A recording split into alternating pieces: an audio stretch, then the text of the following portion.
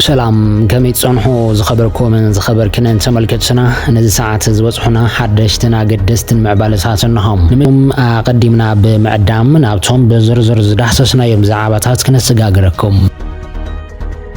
أب يونيفرسيتي عدغرات حلفي كولج حكمنان ساينس تعنا دكتور يمان جبر مريم ناب بيت فرد كم زقربت أبقو آيت برهان جبر مريم حبيرو لهم الدكتور بمسارتي أب قربا وان أب تجري زوج كساعي أواج كبا عصرت حمش عامت كساب موت بزقت عجبا بمتحس كم زتخصص أبقو أرجاجي زلام كبزي بتوسخي مرمار بوليس دكتور يمانه مس منجست فيدرالين اعتقاد حرام ريتن ركبالو بمبال ناي 14 معلتات ناي مرمرا جزيك وهابو كم زحت ونيو عملكيتو زلام دكتور يمانه أب زحلف 27 قدام سنة 2018 عام تمرت أب كيدي كم زاتو مسارحتو كحبرو زاني حميم نسوم كم زبلون أبدي سابان مقاش أب كتم عدقرات أب مغلنا تقعزن كلي أب كيداتيوم أب وعلى تمرت حكمنا أفريقيا مستافنا أب عدي سابا يجيش من باروت أب قونيو حبيرو زلام دكتور يمانه أب عدقرات وسيلة أب تركب عداق حموس تبها الكتما يتأثيرو فلما نمنتهي كم استأثر تقلص نجر كوانت زينة بري كاب لعلوي أكل بزورة تزاز بالمخنيات ترايتو هايبوان بمبال أب كيدي زاتولو أجباب يبريهم مع سرتي نايتي ميديكال دايركتر أب محبراو ميديا كزرار بزغني خوينو بقلتف فتح تتقلب أوعيتاتون يقربوا لهم محبر حكمنا تجراي بسنة 28 سنة 2010 أب زوت أو مجلسي دكتور يمانه أب تو على مستاف يجيش كم زنبرن بمملخات نت دكتور أب محبر سب حكمنا أكاديميا ون تجراي أزي فلوت كبير زجلت أوت محبر أب كيدي زو على المخنيات حقاو مبرهي أيتو هبن بمبال نقيفهم أتي ببوليس ترافيكن حلفت تانا بتحت قيد زو على كيلا حطانات نجيزياوي مع سرتي نبيت صحفة مدبر بوليس عدقرات توشيدو مسو أبتا مكينا زنبرو كلت سبات جن شعو كم استفتحو اتتبقى يحبر زلام قدما يبرك بيت فرد كتما عدقرات نتقدايت مالسوني كم سمعون اتتبقو عمل كيتو لام أبت مسرح فردي مرمار بوليس اتي بعلميات عنا مسألة بمتحبار قبل سلازفات سما بتحت قيد كم زعاتو كم زجلتن اتتبقى يو عمل كيتوم بمسرت اتتبقى دكتور يمانه بتي بإيدونن وسان حوحات بورح جنبت ناب سلطان استملس بيت مخري تخلل زحلفو أواج بمتحس جبني تخصص زلا مسو فيدرالو منجستن مستوم بحرام ريت زفلتون بسراويت حيل سلام تجراي زوصوعن عطوقات متسار كم زلو نبيت فردي كم زجلس أيو اتتبقى حبيرو زلام بتوسخي اتدكتور نابتوم عطوقات زنبرو سبات يململن يمولن نيرو إلو كم زخصصوني جليتو زلام بمسرت اتتبقى اتدكتور عنك 44 نايت أواج كم تحسيو مرمار بوليس تقيس زلام إذا عنك زي علامات صلعان معوات نسألين ممعدن ممرحن موفارن مملمالن ويدما بنتفتن مدقا زفت ومجبنات يتقس بمسألة إذا عنك جبنياتات كوينو مسترخب سبات كبعسرت حمشك ساب 25 عامت بصنع ما أسرتي أتي جبن كبيرن تخوين دما عد ملك ما أسرتي ويدما موتي قصعم بتوسخي اتحجين لعل 15 عامت ما أسرت زقصع جبنياتات وحس كم زخل كل تتبقى يبرهي زلام تتبقى نتي تخصصلو تجبارن تأواجن ركب سلزي بلو أخل مخنيات ترطاري لن كبلون مكلا خلي موجت كم زقرب حبيرم تأواج نسبعو مسلات زدرت حساب كابنس أنا تري مجلس مسلون زجدب كم زخنة صدق الله أجباب دما إيه حق من قستا ومن جد تختيلي دمايلهم نصوص لزخنة دما عملو أكال الناس أنا يموت عمسلو كخبر لون بوحس كفتح دما نبيت فردي كم زحات تنيو عمل كيتو زلام يمانت أجام كتير خلت يوم وجناز سمعة قدما يبركي بيت فردي كتم عدقرات تقداين لهم ربع حد حملك قرب مدب كم زنبرو كوانت تجلسه اتمسرح فردقن نابزمت السمون سوني كم تسقاقر حبير لهم يهون بر اتي تمدب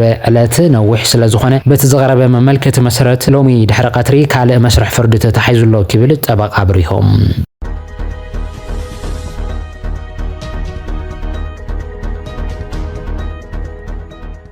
حبريتنا قصر الله زخبركم تملكتنا أرثوذكساويت بيت كريستيان تجراي أبل على بزوان باباسات متقعتي كم استفسم الرجاجيت منبر السلام أرثوذكساويت تواد بيت كريستيان تجراي أبل زرق حتى مجلسين أبحث حملة زوج حليتي كباب ساعات شدشن فرقا أبل قدس كتم خصوم أبل على منبر بزوان بوتات عطوات تخص كفيتهم دمايل علام متقعتي عطوات بقندو أب معرفي كل باباسات مالتون بزو أبن ناتنائل بزو أبن أرجاون زنس أثر كم زخنن بفلاي أبل على بزو أبن أرجاون ዕለታዊ ፈተና ቅትለት ከም ዝነበረ ፍሉይጣላ ብፁዕ አቡነ ናትናኤል ኣብቲ ዝሓለፈ ሰሙን ኣብ ልዕሊ ተማሃሮ ፈለገ ህይወት እታ ቤተክርስትያን ግዱድ ግፋ ከም ዝተኻየደን ኣብ ልዕሊ እታ ቤተክርስትያን ዝግበር ዳእሳውነት ከም ዝቃወሙን ዝፍለጥ እዮም ብፁዕ አቡነ አረጋዊ ድማ ኣይንፍራሕ እቶም ዝግበሩ ቀይዲ በተኽ ምንቅስቃሳት ኣብ ትግራይ ንቃወም ድምፅና ተቢዕና ነስምዕ ኢሎም ነይሮም እዚ መጥቃዕቲ ተፈፂሙ ዘሎ ቅድሚ ሒደት መዓልታት ኣብ ልዕሊ ጳጳሳት ኦርቶዶክስ ተዋህዶ ቤተክርስትያን ትግራይ አቡነ ናትናኤል መፍራርሕ ድሕሪ ምቕራቡ ድሕሪ 3 መዓልቲ እዮም ኣብ ኣሜሪካ ዝመደብሩ ዛራ ሚድያ ኔትወርክ ብዝብል ዝፍለጥ ዩቲዩብ ቻነል ኣብ ልዕሊ ብፁዕ አቡነ ናትናኤል መፍራርሕ ዘርጊሑ ነይሩ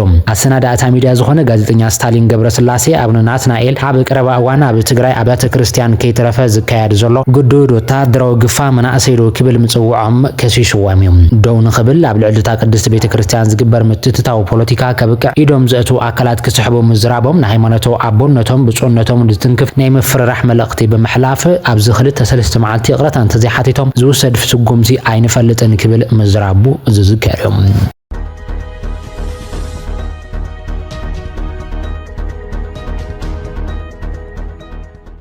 ሰራዊት ሱዳን ድማ በደቡብ ኢትዮጵያ ትርከብ ዓባይ ከተማ ተቆጻጺሮሎም በጀነራል አልቡርሃን ዝምራሕ ሰራዊት ሱዳን ስትራቴጂካዊት ከተማ ኩርሙክ ተቆጻጺሮም በጀነራል አልቡርሃን ዝምራሕ ሰራዊት ሱዳን 4 መዓልታት ከካይዶ ጸንሐ ኩናት በደቡብ ኢትዮጵያ ትርከብ ቁልፊ ስትራቴጂካዊት ከተማ ኩርሙክ ሙሉእ በሙሉእ ተቆጻጺርዋ ከም ዘሎ ብርክት ዝበላ ማዕኸናት ዜና ሱዳን ይቀባበለሎም ብወገን ዓፋርን ወደብ ዓሰብን ኤርትራ ድማ አንጻር ስርዓት ብልጽግና ብረዝ ዘልዓሉ ዓፈረቶት ብወገኖም ንመጥቃዕቲ ድልዋት ምዃኖም ኣፍሊጦም ኣሎም ሃገራዊ ሰራዊ ግንባር ሓድነት ዓፋር ካብ ናይ ደባይ ቃልሲ ወፂኡ አንጻር ሰራዊት ስርዓት ብልጽግና ግንባራት ኣብ ምኽፋት ከም ዝርከቡ ኣውጁ ዘሎም እዚ ዓወት ሰራዊት ሱዳን ዝተረጋገፀ ድማ ሰራዊት ሱዳን ነታ ከተማ ንምቁፅጻር 4 መዓልታት ዝቐጸለ ሓያሎን ጽኑዕን ወታደራዊ መጥቃዕቲ ድሕሪ ምክያድ እዮም ከተማ ኩርሙክ ኣብ ጸቓ ደቡብ ኢትዮጵያን ሱዳንን እትርከብ ምዃናን ኩሉ መድያዊ ምንቅስቓስ ቁልፊ ስትራቴጂካዊት ወታደራዊ ኣገዳስነት ዘለዋ ቦታ ምዃና ይተሓቢሩ ዘሎም እዚ ሓድሽ ምምዛዕ እዛ ከተማ ዝግለጽ ዘሎ ቀዳማይ ሚኒስትር አብይ አሕመድ ትማሊ ንኣባላት ባይቶ ወከልቲ ህዝቢ ኣብ ዝሃቦ መብርሂ ንሕወሓት ኤርትራን ሱዳንን ግብፅን ኣልዒሉ ዝነቐፈ ኮይኑ ኣይኮነን ዶ ሻዕብያ ወያነን ሱዳንን ካልእን እውን እንተተወሰኸ ልዕላውነት ኢትዮጵያ ቅንጣብ እውን ትኹን ስጋት ይብሉን ክብል ከቁናጽቦም ኣብ ዝተሰምዐሉ ጽባሕዩ እዚ ፍጻመ ጋጢሙ ዘሎ ንሱ ንሓይልታት ትግራይ ንመንእሰያት ናብቲ ኣብ ሱዳን ዝካየድ ዘሎ ኩናት የሰጋግሩን ከም ባሮት ይሸጡን ኣለዉ ክብል ክኸስስ ተሰሚዑ ነይሮም ሓያሎ መንእሰያት ትግራይ ድማ ብግዴታ ናብቲ ኣብ ሱዳን ዝካየድ ዘሎ ኩናት ተወሲዶምን ሂወቶም ክስእኑ ከም ዘለውን ብምግላጽ መንእሰያት ትግራይ ብዘይፈልጥዎ ምኽንያት ሂወቶም ይስእኑ ኣለዉ ብዛዕባ ዘይፈልጥዎ ዕላማ ድማ ሂወቶም ይኸፍሉ ኣለዉ ክብል ገሊጹ ነይሮም ሰራዊት ሱዳን ነታ ከተማ ካብ ሓይልታት ዳዕመል ሰሪዕ ንምምዛዕ ኣብ ዝሓለፉ መዓልታት ሓያል መጥቃዕቲ ክካየድ ከም ዝጸንሐ ዝከር ኮይኑ እቲ ኩናት 4 መዓልታት ድሕሪ ምክያዱ ነታ ከተማ ተቆጻጺርዋ ኣላ ከተማ ኩርሙክ ኣብ መንጎ ደቡብ ኢትዮጵያን ሱዳንን እትርከብ ምዃናን ወታደራዊ ሎጂስቲክስ ንናይ ዶብ ሓለዋን ጸጥታን ኣዝያ ወሳኒ ዝኾነት መተሓላለፊት መስመር እያ እዚ ሕዚ ብሰራዊት ሱዳን ተወሲዱ ዘሎ ስጉምቲ ኣብቲ ዞባ ሓድሽ ናይ ሓይሊ ሚዛን ምዝባዕ ከም ዝፈጥርን ዞባ ወታደራዊ ምዕባለታት ከም ዝቀላጥፍን ተንተንቲ ይሕብሩ ኣለዉ እቲ ብወገን ዓፋርን ወደብ ዓሰብ ኤርትራን አንጻር ስርዓት ብልጽግና ብረዝ ዘልዓሉ ዓፋረቶት ድማ ንመጥቃዕቲ ድልዋት ምዃኖም ኣፍሊጦም ኣለዉ ሃገራዊ ሰውራዊ ግንባር ሓድነት ዓፋር ካብ ናይ ደባይ ቃልሲ ወፂኡ አንጻር ሰራዊት ስርዓት ብልጽግና ግንባራት ኣብ ምኽፋት ከም ዝርከቡ ኣውጁ ዘሎም ኣባል ፈጻሚት ሽማግለ ፌደራሊስት ሓይልታት ዝነበረ ሓጂ ያዮ ዋሊሕን አሚን ሑሴን ዝተባሃሉ ሓለፍቲ አንጻር መምሕዳር ኣወል ኣርባን ብልጽግናን ዕጥቃዊ ቃልሲ ንምክያድ ልዕሊ 400 ዕጡቃት ሒዞም ናብ ኦጎጉሙ ምጽምባሮም ተፈሊጡ ነው አንጻር ስርዓት ብልጽግና ብረት አልዒሉ ዋጋእ ካብ ዝመስረት ነዊሕ ዘይገበረ ግንባር ሓድነት ህዝቢ ዓፋር ዝተሰሚዕ ዕጡቕ ሓይሊ ኣብ ውሽጢ ሓጺር እዋን ናይ ተዋጋእን ፖለቲካውን ዓቕሙ ይዓቢ ምህላው ክፍለጥ ተኻኢሎም ኣቐዲሙ ኮሎኔል ኢብራሂም ዑስማን ዓሊ ወይ ድማ ላዕለዋይ ወታደራዊ ሓላፊ እጉጉሙ ዝነበረ ዝመርሖም ላዕለዎት ሓለፍትን ዕጡቓት ምልሻን ክልል ዓፋር ጠርኒፉ ናብ ኤርትራ ድሕሪ ምእታው ግንባር ሓድነት ህዝቢ ዓፋር ዝተሰሚዕ ዕጡቕ ሓይሊ ኣብ ውሽጢ ክልል ዓፋር ከም ዝመስረተ እዩ ዝዝከር ዕላማ ግንባር ሓድነት ህዝቢ ዓፋር ስርዓት አብይ አሕመድ ኣብ ክልል ዓፋር ንዘሎ ህላው ተቕሊሉ ንምጽራግን ኣብቲ ዞባ ዝተሓስበ ናይ ኩናት ውጥን መፍሻል ምዃኑ ንዝተፈላለዩ ወገናት ኣብ ዝሃቦ ሓበሬታ የረድዮም ስርዓት ብልጽግናን ወደብ ዓሰብን ደንካልያን ኤርትራን ብሓይሊ ንምምንዛዕ ኣብ ክልል ዓፋር ኢትዮጵያ ወታደራዊ ወፍሪ የካይድ መጽንሑን ዝፍለጦም ሕዚ ድማ ብኮሎኔል ኢብራሂም ዑስማን ዓሊዩ ዝተመርሑ ላዕለዎት ሓለፍቲ ክልል ዓፋር ንኤርትራ ድሕሪ ምእታዎም ኣብ ተኽልል ጅቡትን ኣብ መንጎ ቀቢላታት ዓፋር ዒሳን ምትፍናን መንጋሱ ዝግለጽ ዘሎ ኮይኑ ነቲ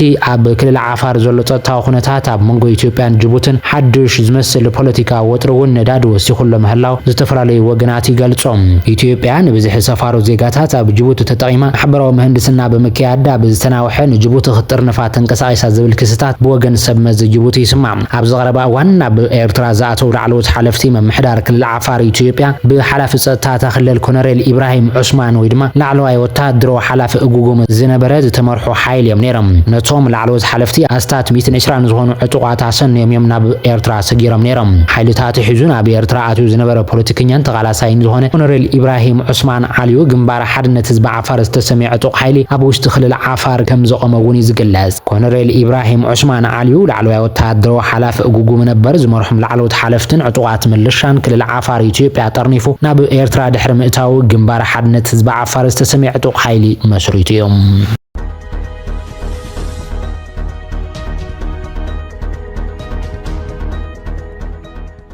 ልዕሊ 1,100 ዜጋታት ሱዳን ካብ ግብጽ ብፍቃዶም ናብ ሃገሮም ከም ዝተመለሱ ተፈለጦም ሰበስልጣን ሱዳን ካብ ሃገረ ግብጽ ብፍቃዶም ናብ መረበቶም ክመለሱ ዝደለዩ 1,174 ሱዳናውያን ዜጋታት ከም ዝተቀበሉ ገሊጾም ኣሎም እዚ ናይ ምምላስ መስርሕ እዚ ብሓደ ፍሉይ ናይ ወለንታውያን መርበብ ኮሚቴ ብዝተዳለዋ 24 ዓበይቲ ኣውቶቡሳት ተሳሊጡ ዘሎም እዚ ተበግሶ እዚ ኣካል ናይቲ ሱዳናውያን ናብ ዓዶም ንምምላስ ዝግበር ዘሎ ቀጻሊ ጻዕርታት ክኸውን ከሎ ኣብ መጻእ እውን ተመሳሰልቲ ናይ ወለንታ ምምላስ መደባ ከወጽሉ ምዃኖም እውን ተገሊጹሎም ተወሳኺ እውን ኣብ ሊብያ ንዝምለሱ ዜጋታት እውን ኣብ ዶብ ንምቕባሎም ምድለዋት ይግበረሎም ዛጊድ ኣብ ምምላስ ሱዳናውያን ስደተኛታት ዘሎ ሓበሬታ ድማ ካብቲ ቅድሚ 3 ዓመት ኩናት ዝጀመረሉ እዋን ጀሚሩ ካብቶም ናብ ግብጽ ዝተሰዱ 1.5 ሚልዮን ሱዳናውያን ክሳብ ሕጂ ብሓፈሻ 426,000 ሰባት ናብ ሃገሮም ተመሊሶም ኣሎም ብተወሳኺ እቲ ናይ ወለንታውያን ምምላስ ኮሚቴ ተስፋ ከም ዝሓበሮን ብነፈርትን መራኽብን ኣውቶቡሳትን ኣቢሉ ልዕሊ 33,000 ዜጋታት ብፍላይ ድማ ዓበይቲ ሰባትን ሕሙማትን ናብ ዓዶም ክምለሱ ከም ዝኽኣሉ ተመልኪቱ ዘሎም ክቡራትን ክቡራንን ተመልክቱና ንሰዓት ሒዝናልኩም ዝነበርና መዕባለታት እቶም ክትከታተልዎም ጽናሕኹ ይመስሉ ነይሮም ንሰናይ ምክትታልኩም ኣዚና ነመስግን ኣብ ዝቐጽል ሓድሽ መዕባለታት ንኽበጽሑኩም ድማ ላይክ ሼር ሰብስክራይብ ብምግባር ቤተሰብ ክትኮኑ ንዕድመኩም ኣለና